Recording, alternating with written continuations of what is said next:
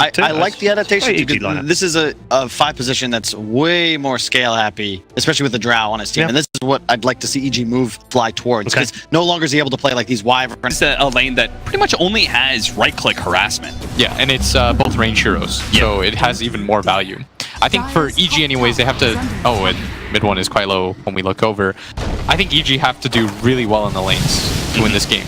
But Crit, getting quite low here, getting body blocked up by Nisha. He has to go the other way. That's going to be your first blood for Yapzor. You know, you say they have... Puppy picks him, he's like, well, I haven't played it in a while, but, you know, I just kind of do it.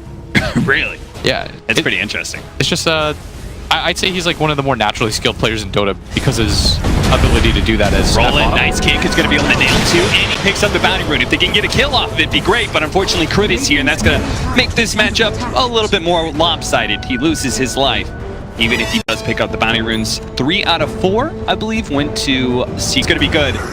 Crit just not bringing enough damage to the table with the Visage as well. Both of them can be kind of low damage supports, so... He is going to probably just suicide, right?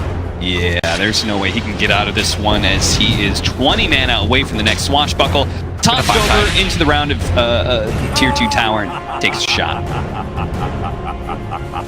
He did force a road. He tries to kill the offlaner with it. Like, you might as well use it, put it on cooldown. Why not? If it fails, whatever. Yeah. If it works, fantastic for you. You've upgraded your laning phase a little bit as Zai with his level 6.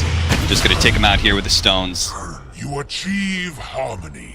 I think you're actually the perfect person to talk to about Earth Spirit Core, just because really you sometimes telegraph that, right? You hit the range creep once or twice, you hit this other creep a couple of times. You can know I think so. when the Leonids are gonna throw the offensive Dragon Slave, or in this case the Puck.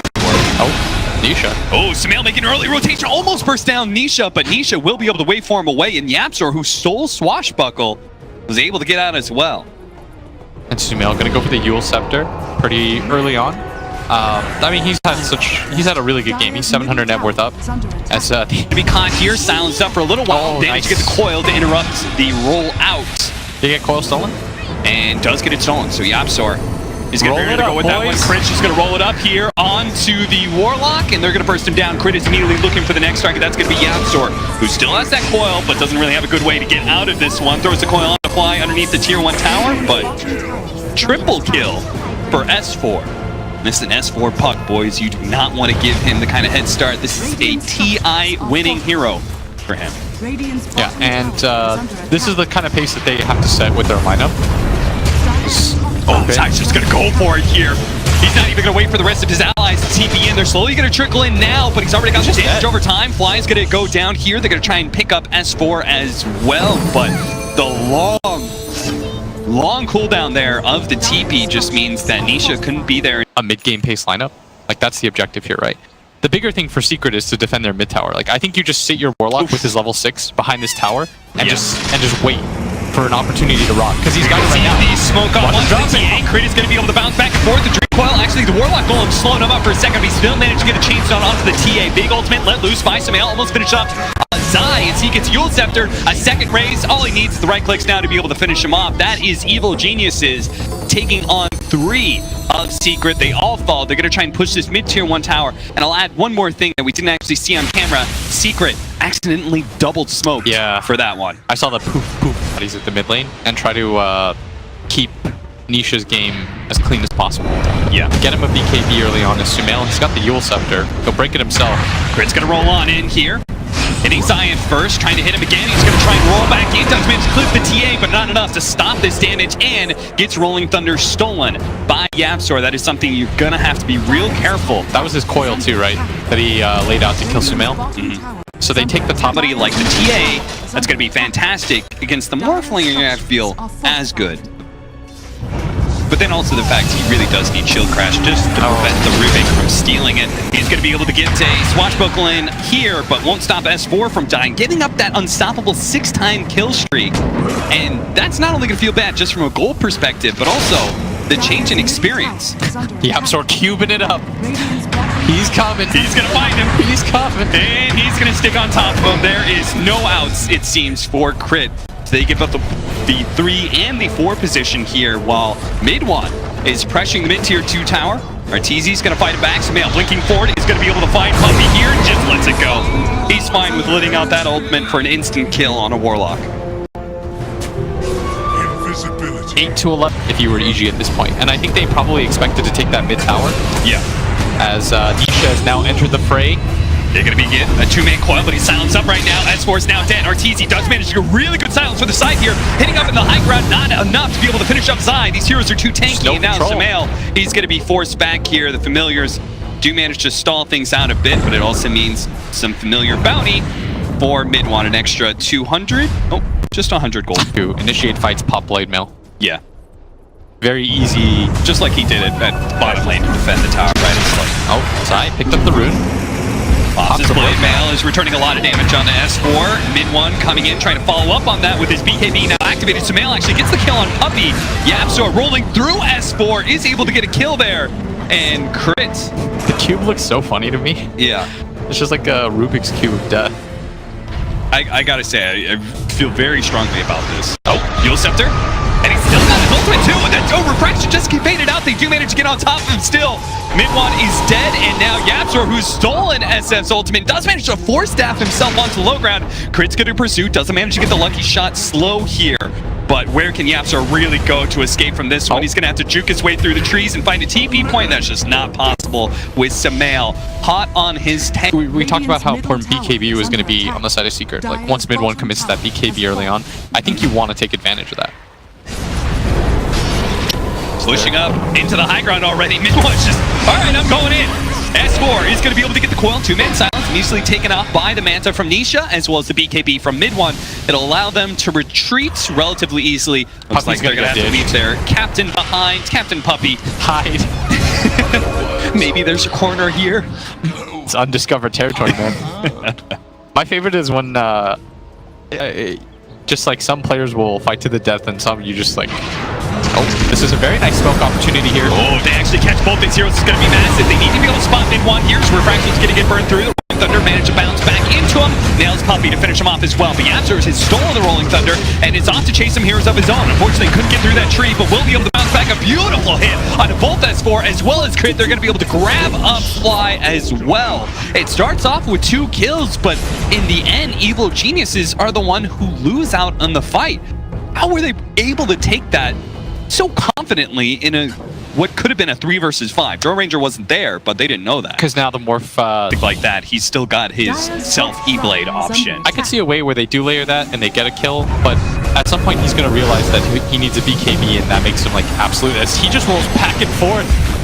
They're going to get the Rolling Thunder out from Crit. Immediately shield crashes. No steal here. The Golem's going to be able to slow down. Evil Geniuses, Arteezy standing and fighting his eyes. It goes to the back line. BKB, they are going to get off the ultimate here. Well, Crit managed to keep these heroes locked down for a long time, but the mid one BKB means that he can turn and fight. Really great control. I mean, Earth Spirit did what he could to go up to the back line. Looks like we're going to see Puppy eventually die here. And that was Nisha going in very aggressively. Like I said, he's going to find out in one fight that he needs BKB. And this might just be that fight, as Puppy did buy back. They're trying to protect the Roshan. They don't have a buyback on Morphling. It's like they were trying to feign some confidence that I don't think they can take the fight without him. Yeah. Evil Geniuses are daring Secret as they push forward into the shrine. They're going to try and get some vision control of this area. They did layer it once. I mean, it's going to... I still think, like, yeah, now he has the BKB queued up. Yeah. Because in this game before, it's like this really weird thing in Dota. You know, you... Hold that thought as EG's waiting on top of this high ground here. Zai's going to jump in on Roland actually lands onto the SF. He pops his BKB, picks up the Valley Rune. S4 in the back line. Look at that Dream Coil. Locking down the 4 of them. There's going to be BKB activated, but they're wasting so much time trying to kill S4. Well, Chris is controlling up everybody right now. YapzOr, the last shot to the high ground, is going to be able to fight in for the ultra kill. He wants it. Sumail, and now the silent slowdown onto mid one, who no longer has his BKB. What a setup from S4 with just a beautiful initiation that made the team fight for Evil Geniuses so damn easy. Oof. And they stacked up for the raises as well, and it allows you to use your E-Blade and be cool and get in and stuff like that. It enables the rest of your team as well. Yeah. So now he does have BKB, but the scary part for him is there's a Blink Hex on the enemy team. Yeah. And so Puppy's job right now becomes incredibly important. Like how Puppy backs up his team with the ulti. Well, the scythe being used here. trying to blow him up as quick as possible. They've almost up. The Earth Spirit is almost up. And again, S4 into the back line with a beautiful coil. They're finally going to finish up that Earth Spirit. Roll on in, trying to finish up these heroes. Nisha with his BKB is managing to get out. Puppy drops the golem just to make sure the rest of his team will be able to retreat, but it's going to cost him his life as well. The 5 and the 3 position of Team Secret are now dead. They're going to have to defend 3 versus 5 against Evil Geniuses, who again are just one step away from Megas. I don't know how they're possibly going to be able to formulate some sort of defense here. Yeah, there's no Warlock Golem either. No BKB for 40 seconds, no Golem. Nisha's got to be careful, as does go in on S4. With the refraction, gives him a lot of leeway to play forward here, just trying to get that one pick off that turns it into a 3 versus 4. Playing the front lines as well, knowing that you can't really give up a whole lot of objective damage here. But that tier 3 is going to fall probably in this next push as Arteezy just lays into it. The side device being used, a refraction guards against it for a while. Now the jump in from mid one with his BKB activated with the nullifier as well. It's almost enough to blow up the Draw Ranger for the E-Blade. Saves him with some mail. Now the cheese gets activated, and now they're going to turn on to Nisha, who gets a little bit far forward here. The Qual managed to catch mid one though, and they're going to try and focus on him. He does have another round of fraction, but doesn't have the time to use it. He'll use it on the next life though, as he does buy back immediately. Look at this Warlock slow. But Evil Geniuses get to the high ground and know that they can turn and potentially fight here, as they still have all 50% of the time. You want the Refresher Shard over the Ags? The SF Ags, the Dro Ags, the Visage, the Puck. Oh yeah, maybe Pango would be the worst. Yeah, that's not even that bad. Yeah. It's not like you have a Lycan on your team and you're like, oh, we gotta give our Lycan Ags. Yeah. I feel like Refresher Shard, like 2 BKBs in a team fight is on that game winning like a secret jump. They're gonna try and get the initiation, but they fail to. The side, they're immediately managed to kill Zai. Crit's gonna try and roll in, stop this. Nisha still has his full BKB going out, but he has to retreat from all that damage from that Draw Ranger. S4 is gonna try and pursue here. Shamel as well, with the E-Blade going out. They have the refraction down, but they try and blow him up, and they did him. Morphling immediately with a buyback and a T8, not gonna be saved by the E-Blade. He actually gets blown up by it, and now the Morphling is forced to defend without his semi-carry in mid one, as the Raxes are about to fall and Mega Creeps available soon for Evil Geniuses. They'll finish it up and back up, and Secret are just going to call it here. They had 3 alive, but they know there's very little chance in them holding this game against EG. They're going to call it quits. Evil Geniuses take game 1 in this 2-game series.